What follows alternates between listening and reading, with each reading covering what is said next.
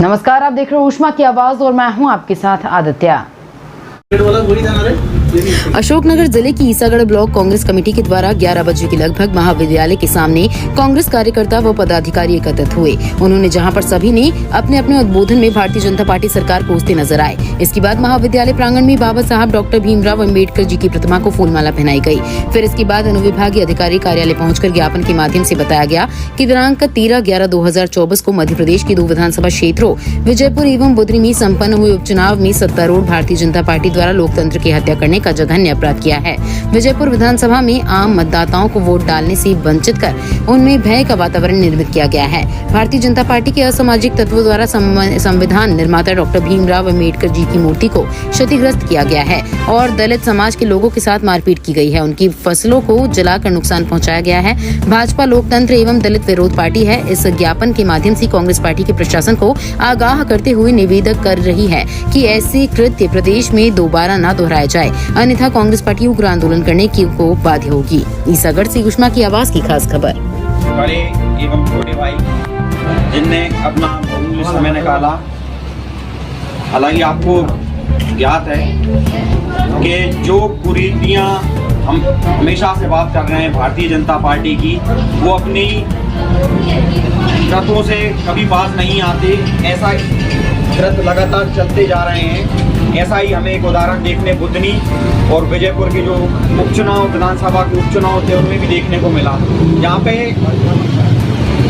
भारतीय संविधान में एक मतदाता के पास एक ही हथियार रहता है कि वो अपना बहुमूल्य मत देकर एक सुनहरे भविष्य का निर्माण भारतवर्ष में कर सके।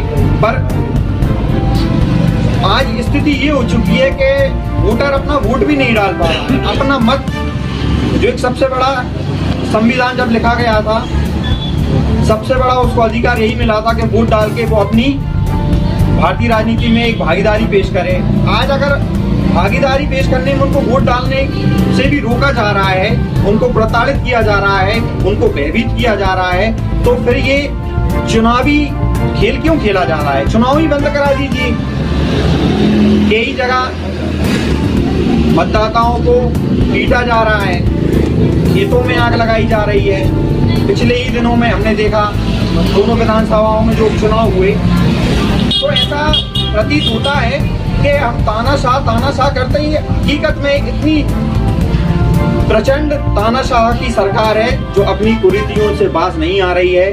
हमारा दायित्व ये बनता है कि भले ही हम विपक्ष में का आज काम कर रहे हो, निरंतर हमें ये भूमिका अदा करने का दुर्भाग्य से हर बार मौका मिल रहा है कि 2014 में, 19 में, 24 में फिर हमें विपक्ष की भूमिका मिल रही है। तो चाहे हम कम हो ब्लॉक स्तर पर, बात कम ज्यादा की नहीं होती। बात ये होनी चाहिए कि भारतीय संविधान में हर वर्ग, चाहे वो किसी भी जाति विशेष का हो, सबको संगठित रख के एकत्रित करके बढ़ावा देना सिर्फ कांग्रेस पार्टी ने ही सीखा है। ये बीजेपी की सरकार उद्योगपतियों की सरकार है। ये काफी बार हम इस मंच से बोलते हैं और आप जितने भी हमारे वरिष्ठ लोग यहाँ पे बैठे हैं, युवा हमारे साथ हैं, आप बिल्कुल भयभीत ना हो। समय खराब, विपरीत समय सबका आता है। प्रभु श्री राम का भी यहाँ पे विपरीत समय आया था, लेकिन हमेशा एक सुनहरा भविष्य जरूर आता है। और हम आशा करते हैं कि जब जब गलत होगा, जब जब संविधान की हानि होगी, हम इसी प्रकार कांग्रेस कमेटी, चाहे वो ब्लॉक स्तरीय हो, जिला स्तरीय हो, हम हर परिस्थिति में, चाहे हमको किसी भी प्रकार से दबाया जाए, हम न दबकर हम भारतीय राजनीति के संविधान को बचाने की कोशिश करती रही है कांग्रेस पार्टी और आगामी भविष्य में करती रहेगी। ब्लॉक कांग्रेस कमेटी ईसागढ़ आज मध्य प्रदेश कांग्रेस के आह्वान पर बुधनी और विजयपुर में हुए उपचुनाव में सत्ताधारी भारतीय जनता पार्टी के द्वारा जिस तरह से धांधली, अत्याचार कर दलितों पर, आदिवासियों पर, उनके फसल को आग लगाकर अम्बेडकर जी जिन्होंने भारत देश की रक्षा के लिए माननीय प्रदेश अध्यक्ष जीतू पटवारी के निर्देश पर आज समूचे मध्य प्रदेश जिला ब्लॉक स्तर पर भाजपा के तानाशाही रवैये के विरोध में ज्ञापन धरना प्रदर्शन कार्यक्रम का आयोजन किया गया है। यहाँ पर उपस्थित वरिष्ठ कांग्रेसजन, मंडल अध्यक्षगण, सेक्टर अध्यक्षगण, कांग्रेस के कार्यकर्तागण, जैसा कि हम देख रहे हैं 2 विधानसभाओं में बुधनी विजयपुर में अभी उपचुनाव था 13 तारीख में। तो जिस तरीके से दोनों उपचुनाव में भाजपा ने गुंडागर्दी की है, मतदाताओं के साथ मारपीट की है, मतदाताओं के वोट डालने दिया गया है।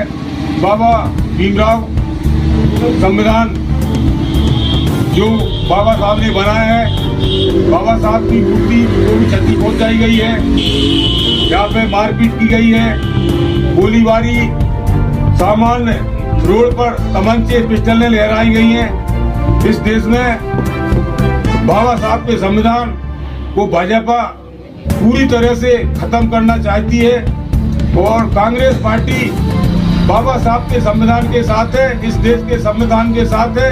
अगर भाजपा बाबा साहब के संविधान के साथ छेड़छाड़ करेगी तो ये कांग्रेस पार्टी ईंट से ईंट बजा देगी।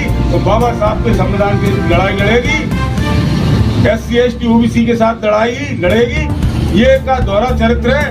आज किसान कितना परेशान है,